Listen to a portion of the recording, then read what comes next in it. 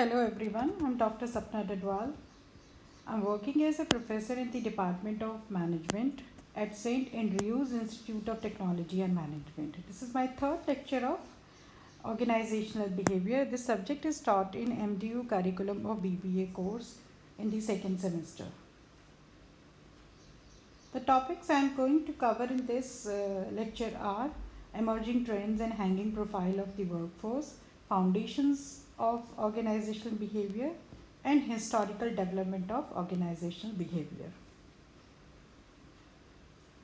I'm starting with emerging trends and hanging profile of workforce. The first point is changing workforce. The demographic of the workforce has changed in the recent years. This is due to a number of factors such as an aging population, labor shortages, and immigration. Another significant factor that has changed the workforce is the changes in the attitude of the workers. Employers need to adapt their recruitment, training, and management processes to adapt to changing workforce.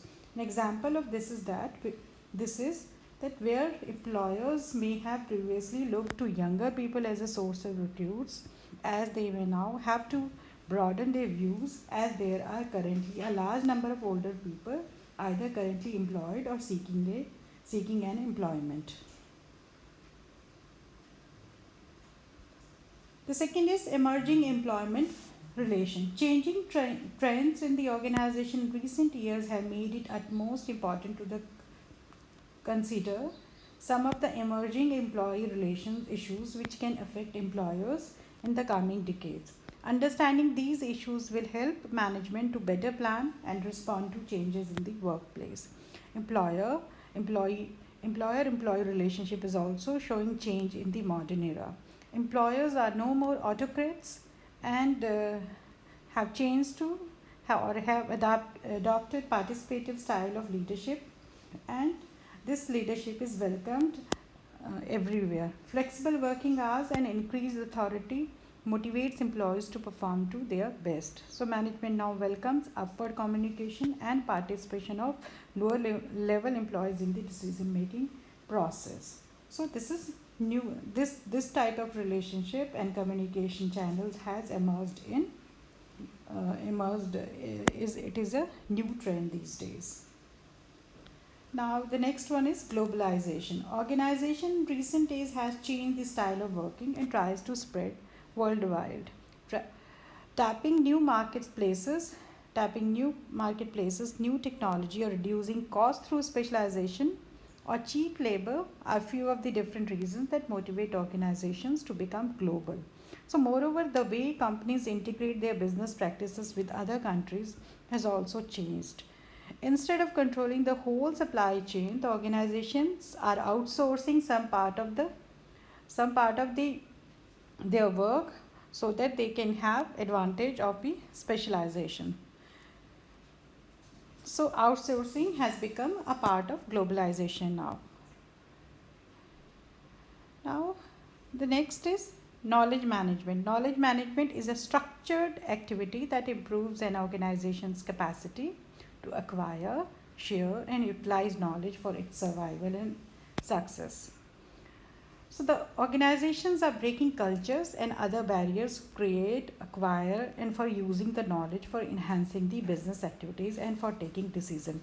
In earlier days, or maybe some decades ago, the organization used to hire people from one national or two national, but now organizations are breaking that barrier, and by breaking that barrier, they are enhancing the chances of creating new knowledge and new ideas and innovative ideas, and they are acquiring knowledge from different people belonging to different cultures.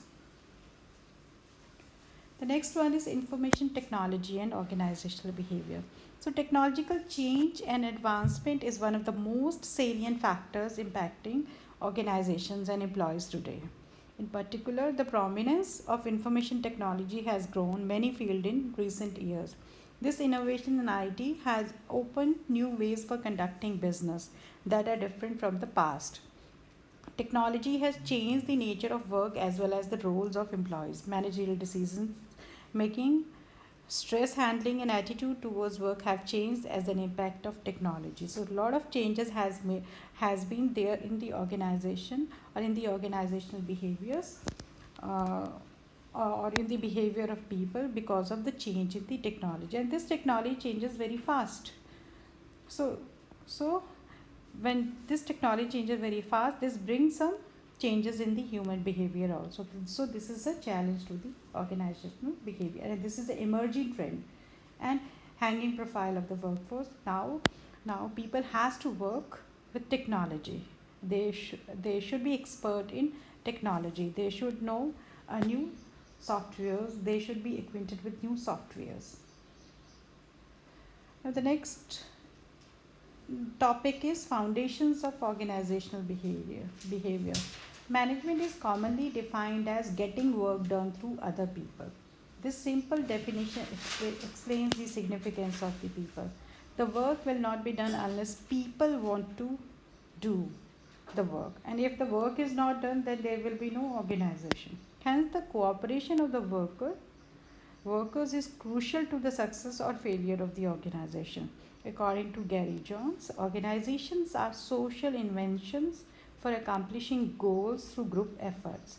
This definition covers wide variety of groups such as businesses, schools, hospitals, fraternal groups, religious bodies, government agencies, etc. It's very clear from this definition what organization means, and without people there is no organization. So first foundation of organizational behavior is the whole person. The whole person means organization is when organization hire a person, that organization hire a whole person, not only his brain or skills. So when an organization hires a person, it hires its background, its values, its past experiences also. And for developing the employee, his background and his skills, his present skills has to go side by side and has to develop together. So these has to work together. Then second one is organization as a social system. Every organization is a social system, and various groups are part of this system. So it is the responsibility of the manager to create a good and positive culture in these groups so that the whole organization culture can be enhanced, so that whole organization culture can be positive.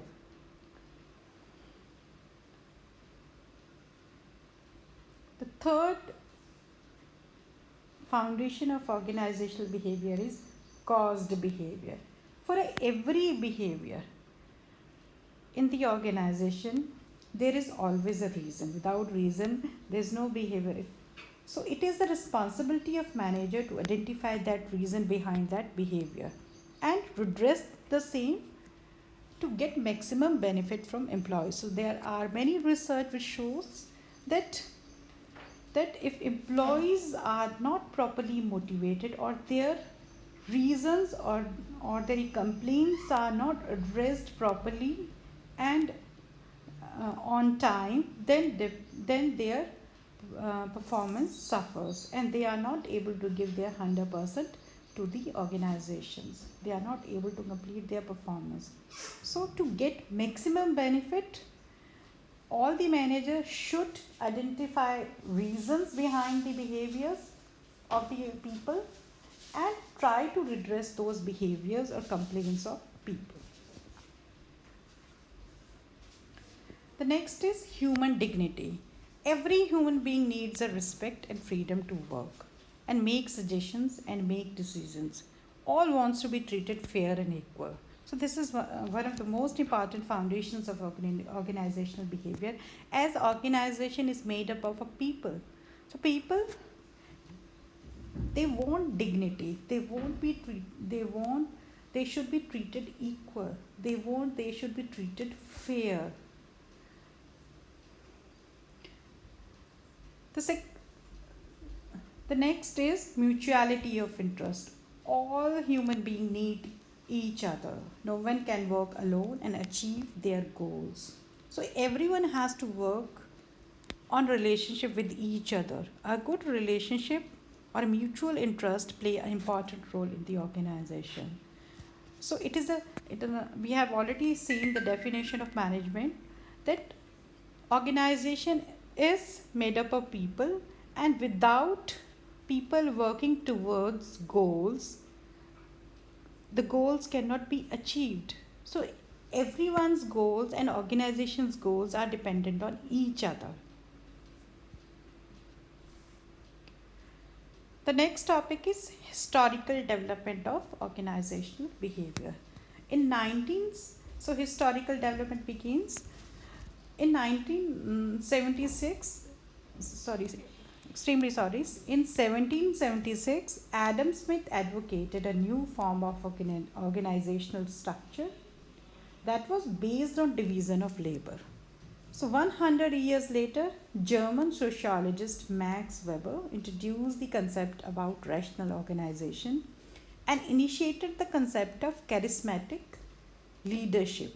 Though the origin to the study of organizational behavior can trace its roots back to Max Weber and earlier organizational studies, it is generally considered to have begun as an academic discipline with the advent of scientific management in the 1890s, with Taylorism representing the peak of the movement.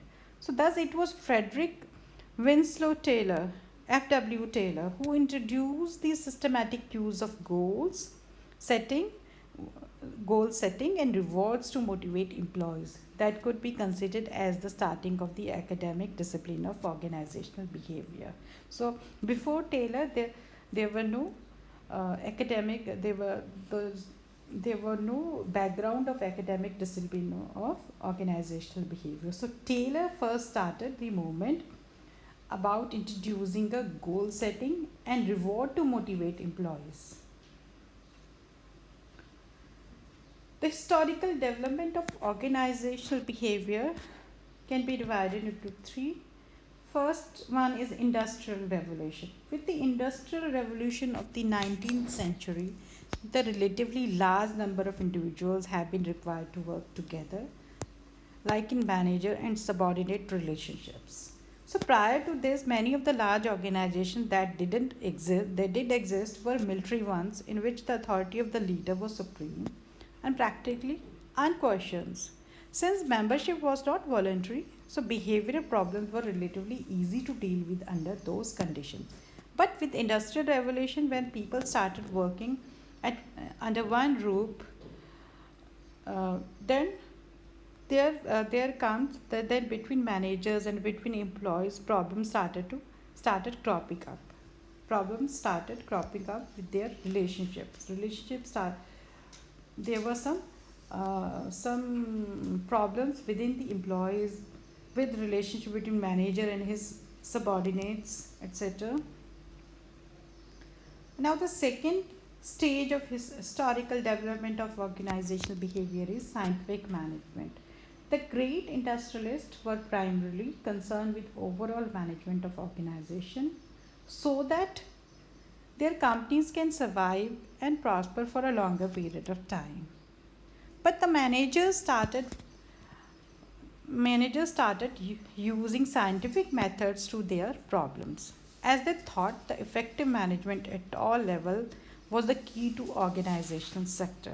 The managers in those times started using the scientific methods which were suggested by the F.W. Taylor, and they have started setting goals and rewarding or motivating employees as suggested by the F.W. Taylor. F.W. Taylor is the recognized father of scientific management. Taylor started scientific management in his time and motion study at Midvale Steel Company in the early 1900. As an industrial engineer, he was concerned with efficiency in manual labor jobs. and believed that by scientifically studying the specific motions that made up the total job, a more rational, objective, and effective method of performance could be determined. And by doing a lot of studies, he suggested these scientific principles to the world. With the application of those scientific principles, the result were better than the past. Performance of the organization was far better than the past. Now there comes the third stage, that is called as the human relations movement. So the next major step on the way to current organizational behavior theory was the human relations movement that began in the 1930s and continued in various forms until the 1950s. The practice of management which places heavy emphasis on employee cooperation and morale might be classified as human relations.